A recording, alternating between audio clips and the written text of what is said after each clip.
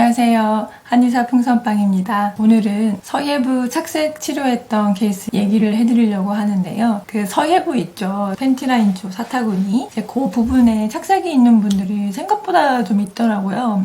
그런 경우가 굉장히 많고 그런 건 아니지만 부위 자체가 좀 많이 신경을 쓰이는 부분이잖아요. 그러니까 그 질환이 있는 분한테는 굉장히 민감하고 신경 쓰이는 일이겠죠. 참 안타까운 게 치료가 어려운 질환이 아닌데 치료법이 너무 안 알려져 있는 것 같아서 너무 안타까워가지고 영상을 올리게 됐어요. 어떤 케이스였냐면 40대 아주머니가 치료를 받으러 한의원에 오셨는데 이렇게 치료를 하는 중에 근데 사람이 너무 어두운 거예요. 막 우울해 보이고 이렇게 완전 다운이 돼 있는 거예요. 그래서 뭐 혹시 무슨 일이 있으시냐, 너무 좀 뭔가 걱정이 있어 보이신다 이렇게 여쭤보니까 얘기를 해주시더라고요. 자기 딸이 있는데 자기 딸이 그 서예부에 좀 시커멓게 피부 질환이 생겼는데 그게 이제 반년이 넘도록 한 7, 8개월 됐대요. 반년이 넘도록 피부과 약을 써보고 뭐 연고를 바르고 해봐도 그렇게 큰 차도가 없고 계속 서예부가 새카맣게 이제 그렇게 질환이 있다. 그래서 그래도 딸인데 시집도 못 가면 어떡하냐 이러면서 너무 걱정이 되고 우울하다는 거예요. 딸이 뭐 나이가 어떻게 되냐 이러니까 초등학교 6학년이래요.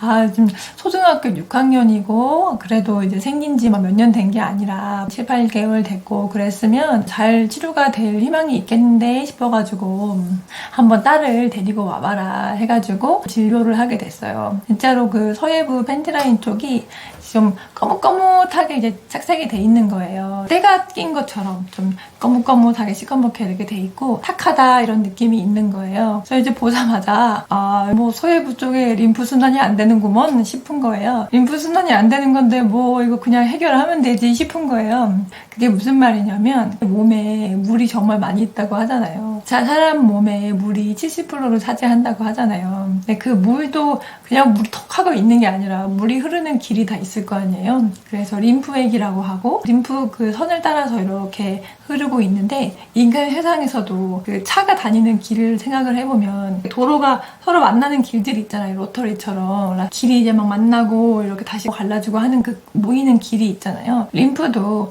물이 흐르는 그 길도 림프절이라고 해가지고 만났다가 헤어지는 흐르는 것의 중심에 있는 그런 이제 부분들이 있는데 그거를 림프절이라고 해요. 림프절이 많이 모여있는 데 중에 하나가 서예부거든요. 겨드랑이 아래에도 있고 뭐 이런 데도 있고 뭐 여러 군데 있지만 서예부도 굉장히 대표적인 림프절이 많이 있는 곳이에요. 몸에서 팔로 넘어가는 곳, 몸통에서 다리로 넘어가는 곳, 그런 것들이 당연히 이제 흐름의 중심에 있는 곳인데 그 림프 순환이 안 좋아지면 어떻게 될까요? 아주 맑고 투명한 유리관이 있다고 생각해봐요. 유리관에 물이 이렇게 흐르는데 아주 깨끗한 물이 아닌 거죠. 그냥 강물 같은 게 이렇게 흐르는데 흐름이 좋을 때는 그렇게 때가 잘 안 끼다가 속도가 느려지거나 하면 그게 좀 가라앉는단 말이에요. 불순물들이 밑으로 좀 다 가라앉으면서 가라앉는데 흐름이 느리니까 물의 흐름이 깨끗하게 씻어내지를 못하는 거예요. 그러니까 흐름이 떨어지면 뭔가 밑에 불순물들이 이렇게 밑으로 쫙 가라앉아요. 가라앉고 그게 싹 씻겨 내려가지 못하니까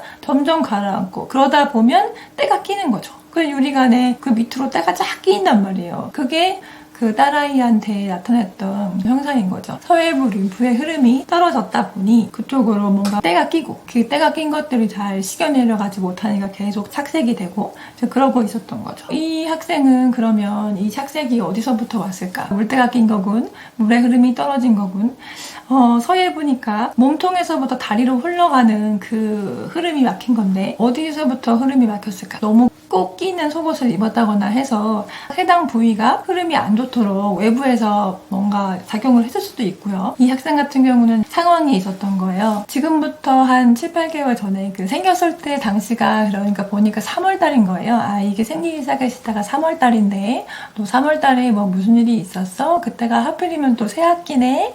그렇게 물어보니까 긴장을 잘해서 매년 새학기마다 학년이 바뀔 때마다 조금 스트레스도 받고 하는데 올해는 특히 좀 스트레스를 많이 받았다는 거예요. 선생님 바뀌고 새로 내장, 부회장 뻗고 뭔가 그럴 때마다 약간 좀 이렇게 신경 쓰는 일들이 있고 그랬대요. 그래서 신경을 많이 쓰고 했더니 그러고 나서부터 이 피부 상황이 생겼다는 거예요. 진찰을 했는데 보니까 좀 가슴이 답답해져 있고 소화 기능이 떨어져 있어요. 그러니까 뭔가 신경 쓰면서 가슴이 답답해지고 그러면서 소화 기능이 떨어지고 그 소화 기능이 떨어진 게 또 림프순환을 막고 림프순환이 떨어졌는데 그게 또 이제 다리로 가는 흐름이 떨어지면서 서해부에 이제 때가 낀 거죠. 그게 착색으로 보였고 우리가 눈으로 보이기엔 다른 데는 문제가 없는데 서해부 쪽에만 검게 된 것이고 뭔가 거무스름하게 탁하게 보이는 것들이 피부과 약을 써도 해결이 안 되는 거죠.